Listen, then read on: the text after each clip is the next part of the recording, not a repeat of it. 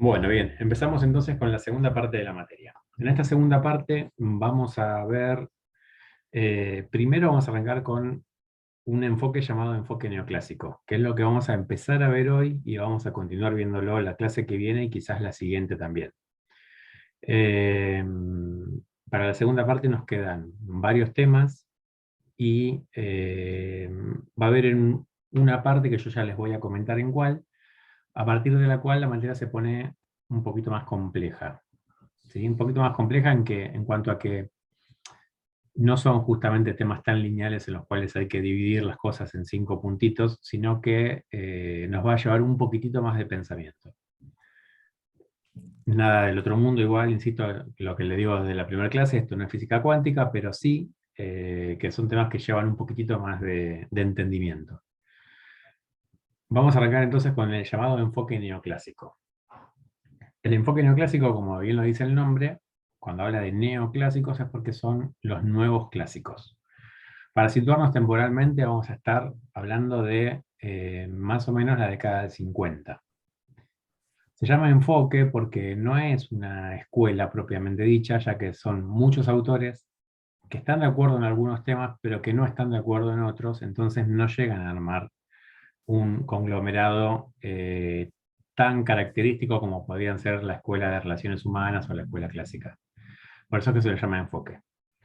Hay muchos autores dentro de este enfoque, es dentro de lo que nosotros vamos a ver el tema más importante. De hecho, ustedes van a ver que de cada una de las escuelas en el libro tienen 1 o 2 capítulos, de este tema en particular tienen 4 capítulos. ¿Por qué? Porque es un tema muy importante y van a ver cuando desarrollemos cada uno de los conceptos que son todos temas que hoy en día conocen y que hoy en día se utilizan mucho. Así que bueno, vamos a empezar con este enfoque. Como les dije, arranca en la década del 50. ¿Qué es lo que ocurre con las organizaciones y qué es lo que ocurre en el mundo? Sí, es importante contextualizar para entender el por qué surge este enfoque. Este enfoque aparece luego de la Segunda Guerra Mundial. La Segunda Guerra Mundial tuvo varias características que afectaron a los países y que también afectaron a las organizaciones. La Segunda Guerra Mundial tiene una particularidad y es que intervienen obviamente muchos países. ¿Saben más o menos cuáles son los países principales que intervienen en la Segunda Guerra? ¿Recuerdan de haberlo escuchado alguna vez? Sí, ¿Cuáles Sí, serían? A ver. los Inglaterra, aliados, Francia. Estados Unidos, Francia, Inglaterra y uno más que no me acuerdo. Después Italia, lo último creo. Y del otro lado Alemania, Japón y China. No, sí, China. No me acuerdo, Alemania, perdón. Alemania, Alemania, Japón Japón e Italia. e Italia al Italia. principio y después acá. E Italia al Claro, principio y al después Se a la principio. olvidó Rusia al final, o sea, Rusia es el que da la estocada final, o sea, es uno de los más importantes, aparte Ah, después Rusia cómo también sigue me la economía del olvidó. mundo. Rusia de parte de los aliados. Sí, de los Justamente aliados. como Rusia y Estados Unidos están del lado de los aliados, cuando termina la Segunda Guerra Mundial, siempre que hay una guerra, el botín se reparte entre los ganadores. Y a partir de la Segunda Guerra Mundial, después empieza lo que se conoce como Guerra Fría, que es el crecimiento de la Unión Soviética por un lado y de Estados Unidos por otro. ¿Por qué? Porque son los que quedaron mejor posicionados después de la guerra. La Segunda Guerra Mundial tiene una particularidad y es que ocurre principalmente, de todos esos países que ustedes mencionaron, la guerra ocurre en todos los países menos en uno. En el territorio de uno Estados de esos Unidos. países no ocurre, y es en Estados Unidos. ¿Sí? Estados Unidos lo único que sufre es el famoso ataque a Pearl Harbor, que es lo que hace que ingrese a la guerra a Estados Unidos. Hay muchas teorías al respecto, inclusive muchos dicen de que no existió ese ataque. Eso iba a decir, supuestamente Ujú. fue un ataque. Otros dicen que era una excusa para meterse en la guerra. Bueno, en realidad la economía nos va mostrando y los ciclos económicos nos van mostrando de que qué pasaba en Estados Unidos. Había una gran recesión, venía de la crisis del 30, de la crisis financiera que casualmente la conocemos como la crisis del 30, pero que fue en el año 29, y esta crisis financiera destruyó a las empresas de Estados Unidos, las destruyó. De hecho, el Estado tuvo que hacerse cargo prácticamente de toda la economía porque toda la parte privada quedó destruida después de esta crisis. Venía ya de la Primera Guerra Mundial y cuando empieza la Segunda Guerra Mundial empieza a ocurrir en Europa. ¿Sí? Los nazis estaban en Europa. Y a Estados Unidos mucho esto no le preocupa. El gobierno de Estados Unidos quiere ingresar en la Segunda Guerra Mundial, pero el pueblo de Estados Unidos no quiere ingresar. ¿Por qué quiere ingresar el gobierno? Básicamente por una cuestión económica. La guerra, el negocio de la guerra, genera que se active la economía de un país. Hace que empiece a tener que producir todo aquello que requiere la guerra, no solamente la industria armamentista, que es lo que podemos asociar de manera directa, sino también, si yo voy a enviar a un soldado, todo lo que implica enviar a un soldado. Yo tengo que tener vestimenta, tengo que tener alimentos, tengo que tener armamentos, tengo que tener cómo trasladarlo, y todo eso hace que la industria se empiece a mover. Sin embargo, el pueblo de Estados Unidos no quiere ingresar en la Segunda Guerra Mundial hasta que ocurre el ataque de Pearl Harbor. Cuando ocurre el ataque de Pearl Harbor, el pueblo de Estados Unidos dice, ok, nos tocaron a nosotros, así que ahora vamos a intervenir. Se dice, hay teorías que afirman de que ese ataque nunca existió, o que fue un autoataque, algo muy parecido a lo que se dice con el atentado de las Torres Gemelas. ¿Por qué? Porque la situación económica era muy parecida. Estados Unidos estaba con un déficit muy grande cuando fue el atentado de las Torres Gemelas, estaba en una situación de recesión económica y necesitaba intervenir en un tema fundamental que era el petróleo. Y justo ocurre el ataque de las torres. Entonces, también la misma teoría que avala que el Pearl Harbor no existió o fue un autoatentado, también habla de un autoatentado en el caso de las Torres Gemelas. Insisto, son teorías, no tomen nada de esto como cierto, simplemente son teorías que se esbozan, unas a favor y otras en contra. Pero la realidad marca que Estados Unidos, cuando ingresa en la Segunda Guerra Mundial, no recibe ataques en su propio territorio. Y esto lo que genera es que cuando termina la Segunda Guerra, empieza el negocio más importante de la guerra. Los dos negocios más importantes, que tienen que ver con la reconstrucción. Había que reconstruir Europa y había que reconstruir parte de Asia. ¿Y dónde estaban funcionando las empresas para reconstruir Europa y Asia? ¿Dónde creen ustedes que En estaban? América. En En Estados América. Unidos, exacto. Estados Unidos, donde estaban principalmente las industrias que podían llegar a abastecer a Europa en la situación que se encontraba. ¿Por qué? Porque Europa estaba devastada, porque la guerra había sucedido ahí. Las fábricas estaban destruidas a partir de la propia guerra. ¿Esto qué lleva? A un crecimiento muy grande de las empresas. Las empresas empiezan a tener que dejar de ver de manera individual y dejar de mirar el mercado interno y empezar a mirar el mercado externo. Y eso lleva a que las empresas se diversifiquen. ¿Qué quiere decir esto? Que si una empresa antes lo único que hacía era fabricar lapiceras, a partir de la Segunda Guerra Mundial, esa empresa se iba a empezar a dedicar a distintas cosas. Iba a fabricar lapiceras, iba a fabricar medicamentos, iba a fabricar vestimenta, quizás se incluía dentro de la industria automovilística, es decir, empezaba a diversificar sus operaciones. Ese crecimiento y ese cambio, esa diversificación en las empresas, lleva a que aparezca el enfoque neoclásico. El enfoque neoclásico lo que observa es que una organización no se puede administrar de la misma manera que se administraba hasta ese momento. Que lo que habían aprendido de los clásicos no era suficiente. ¿Por qué? Porque una de las características de la escuela clásica era la centralización. Centralización de toma de decisiones. Es decir, que uno o un grupo tomaban todas las decisiones de la empresa. Ahora, si yo tengo una empresa de autos y soy Henry Ford, puedo administrarla yo. ¿Por qué? Porque soy Henry Ford, porque conozco del tema. Pero si mi empresa se empieza a dedicar a cosas que son muy distintas una con otras, no vamos a tener una persona que sepa de todas las cosas, ¿sí? Sino que vamos a tener personas que pueden saber más de un tema o de otro. A partir de ahí es que dicen, ok, para poder administrar las organizaciones, tenemos que empezar a enfocarnos en los mandos medios. ¿Qué son los mandos medios? La organización se va a empezar a dividir en tres partes, en la cual vamos a tener... Me estoy adelantando un poco con el tema, pero para que se entienda. Vamos a tener una cumbre, llamada cumbre estratégica, unos mandos medios, que estarán acá, que serán la parte táctica de la organización, y después un sector operativo, también llamado núcleo operativo, que son lo que conocemos generalmente como la mano de obra, ¿sí? Los trabajadores. Los mandos medios, es decir, jefes, gerentes de área, van a empezar a tener mayor preponderancia. ¿Por qué? Porque son los que van a saber de cada uno de los temas. Si yo tengo una empresa que se dedica a fabricar calzado, a vender, a fabricar medicamentos y a fabricar papel, voy a necesitar una persona que sepa mucho de calzados, una persona que sepa mucho de medicamentos y una que sepa mucho de papel. Y voy a tener que apoyarme en esa gente. Y yo, que estoy arriba de todo, que tengo la dirección general de la empresa, no voy a ser el que más sabe del tema. ¿Se entiende? Pues son temas distintos. A partir de ahí cambia el foco de la administración y se empieza a administrar a partir de la utilización de un concepto llamado objetivos.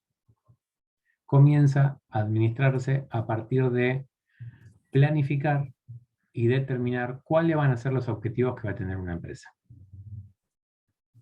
¿Me siguen hasta acá? ¿Sí? Entonces, como yo estoy arriba de todo y no puedo hacer todo en la empresa y no sé de todo, lo que voy a hacer es fijar objetivos a cada uno de los sectores del mando medio para que ellos lleguen a ese objetivo. ¿De qué manera van a llegar? De la manera que ellos lo sepan hacer, porque son los especialistas. ¿Se entiende? ¿Sí? O si voy muy rápido me frenen, ¿eh? Bueno, entonces, ustedes cuando empiezan a leer el enfoque neoclásico van a ver que lo primero que menciona son 5 características. Estas 5 características tienen que ver con esto que estamos hablando. La primera de estas características va a hablar que el enfoque neoclásico va a hacer énfasis en los postulados clásicos, ¿sí? Es decir, va a tomar lo que decían los clásicos y lo va a adaptar a la época. Por otro lado, van a ver que hace énfasis en la práctica de la administración. ¿Qué quiere decir esto? Este enfoque no se va a encargar tanto de armar teorías, sino de lo que va a tratar es de armar cuestiones que sean instrumentales, que sean prácticas, que se puedan aplicar directamente en las empresas. No se va a preocupar tanto por teorizar, sino que se va a preocupar más por generar herramientas para poder administrar. Entre esas herramientas que nosotros vamos a ver en esta materia, vamos a ver conceptos como departamentalización, concepto que se usa muchísimo. Vamos a hablar de descentralización.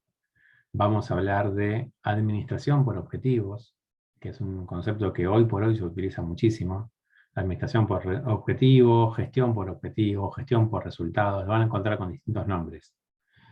Hace 2 años más o menos tuve que dar una capacitación en un organismo del gobierno de la ciudad, en el cual el tema que querían que capacitáramos a todo el personal era justamente administración por objetivos.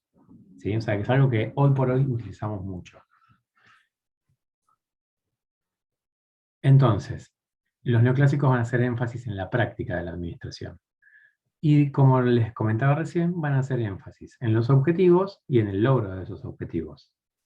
Es decir, que se va a correr la mirada. Los clásicos apuntaban a un concepto que ya vimos en la primera clase, que es eficiencia. Los clásicos buscaban aumentar la productividad a través de utilizar mejor los recursos. Los neoclásicos van a apuntar a la eficiencia, pero principalmente van a apuntar a la eficacia. Si recuerdan ustedes, el concepto de eficacia tenía que ver con el logro de los objetivos. ¿Sí? Entonces, lo más importante dentro del enfoque neoclásico es lograr los objetivos que se plantean. Y el planteamiento de objetivos va a ser un punto central dentro de toda esta teoría que vamos a ver. El armado de un objetivo. ¿Bien? Después también van a ver un punto que habla de que el enfoque neoclásico es ecléctico.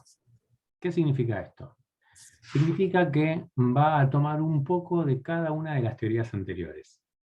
Va a tomar un poco de los clásicos, va a tomar cosas de la Escuela de Relaciones Humanas, es decir, va a reconocer que el hombre es un ser social también, no que trabaja solo por dinero.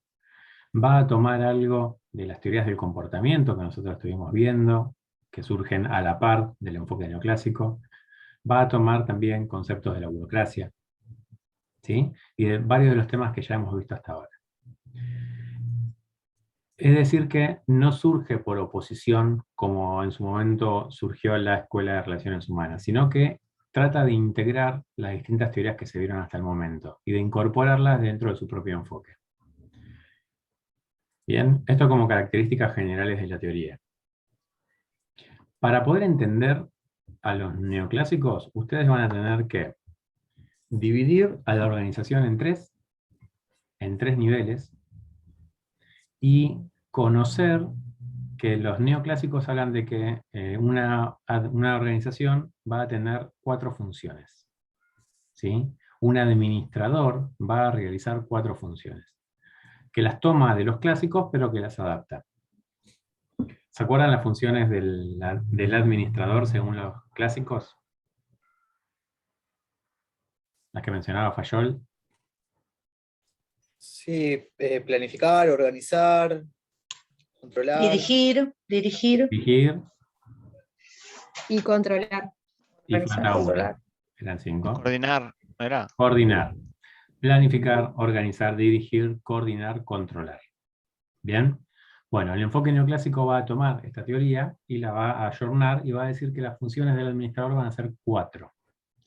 Planificar, organizar, dirigir y controlar. Verán ustedes que desaparece la coordinación.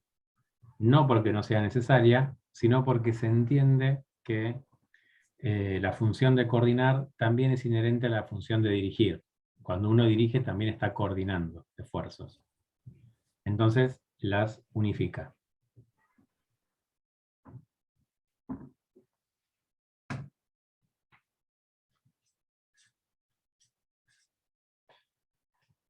Es decir, ustedes van a tener, acá están las 4 funciones: planificar, organizar, dirigir y controlar, y acá están los 3 niveles que yo les mencionaba que los neoclásicos dividen a la organización: estratégico, táctico y operativo. Si ustedes aprenden esto, van a saber prácticamente todo el capítulo 7. ¿Sí? Si entendemos bien esto, cómo funciona, van a entender todo el capítulo 7. Vamos a pasar por algo que ya mencionamos en la materia y que parece muy sencillo, pero vamos a ver si es tan sencillo. Y es nuevamente definir qué es planificar. ¿Cómo definirían? ¿Qué es planificar? Plantear los objetivos. ¿Y qué más? Plantear cómo vamos a cumplir los objetivos. Eso. Cómo- Bien, ¿qué y cómo? ¿Sí? ¿Qué queremos hacer y cómo lo vamos a hacer? No es solo los objetivos, sino también cómo vamos a hacerlo. Acuérdense que si uno plantea solamente lo que quiere, pero no cómo lo va a hacer, lo que está haciendo es un deseo, no es una planificación. ¿Sí? Es un anhelo. Me gustaría tal cosa. Me gustaría ser millonario. Bueno, ¿cómo vas a hacer para ser millonario? ¿Bien? Entonces, el concepto de planificar lo tenemos que asociar con estos 3 conceptos que yo les digo, en los cuales los neoclásicos van a dividir a la organización: estratégico, táctico y operativo. Para eso tenemos que definir qué es cada una de estas 3 palabras. Lo vamos a ligar a planificación para que se entienda como ejemplo, ¿sí? Pero lo mismo que yo voy a hablar ahora de estratégico, táctico y operativo, también aplica para organización, para dirección y para control. ¿Bien? Entonces ustedes lo que tienen que hacer es unirlo, justamente. Cuando hablamos de una planificación estratégica, estamos hablando de pensar a futuro qué es lo que va a hacer la organización, cómo lo va a hacer, a dónde quiere llegar. Pero cuando es una planificación estratégica se refiere a lo que va a hacer toda la organización. No solo una parte, sino a dónde quiere llegar toda la organización. Este tipo de planificación se va a producir en lo que llamamos cumbre estratégica, es decir, en la cima de la organización, en la parte superior, donde se toman las decisiones estratégicas. Y en cuanto al plazo, va a ser a largo plazo. ¿sí? Muchas veces me preguntan qué es largo plazo. En los libros ustedes van a leer que hay algunas divisiones que dicen que corto plazo es menos de un año, largo plazo es más de 5 y mediano plazo es lo que está en el medio. La verdad que es una simplificación eso. No significa absolutamente nada. El largo, corto o mediano plazo de una organización no se puede determinar con un número y nada más, sino que depende de muchos factores que tienen que ver con la propia organización. Es decir, que la respuesta ante qué es largo, mediano o corto plazo tiene que ser depende. Depende de qué organización estemos hablando, depende de qué época estemos hablando. Si yo tengo una casa de cambio, ¿sí? Si yo soy el dueño de una casa de cambio, ¿cuánto es mi largo plazo en tiempo?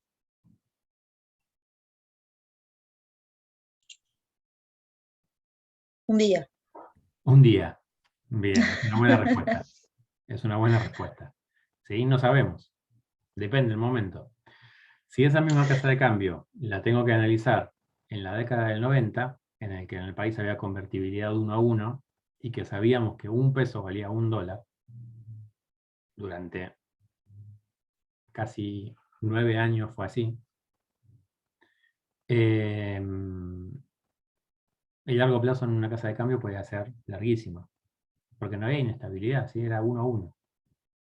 Ahora, en una época como la que estamos, que hay inflación, que el precio del dólar cambia todos los días, que el mercado está intervenido, y la verdad que el largo plazo pueden ser 15 minutos.